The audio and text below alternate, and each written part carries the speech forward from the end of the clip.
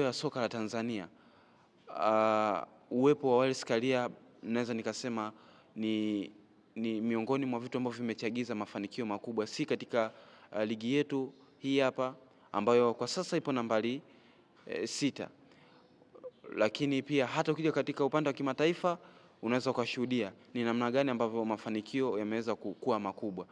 Kwa hivyo licha kwamba kumekuwa na madhaifu, lakini pia ubora, watu wanapaswa kujua kwamba ni vitu gani ambavyo vimepelekea mpaka mafanikio, mpaka siku hii ya leo tunakwenda kuyashuhudia katika nyanja zote za mpira wa miguu hapa nchini.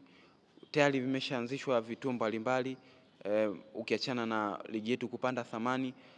Kama utakumbuka kuna kituo kimoja kipo Kigamboni, lakini pia kuna kingine kipo kule Tanga.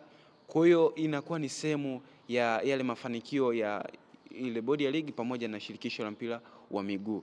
Lakini itoshe tu kusema kwamba bodi inakwenda kujiuzuru kwa sababu ya kutekeleza yale matakwa ya Dar es Salaam Africans ili mchezo uchezwe.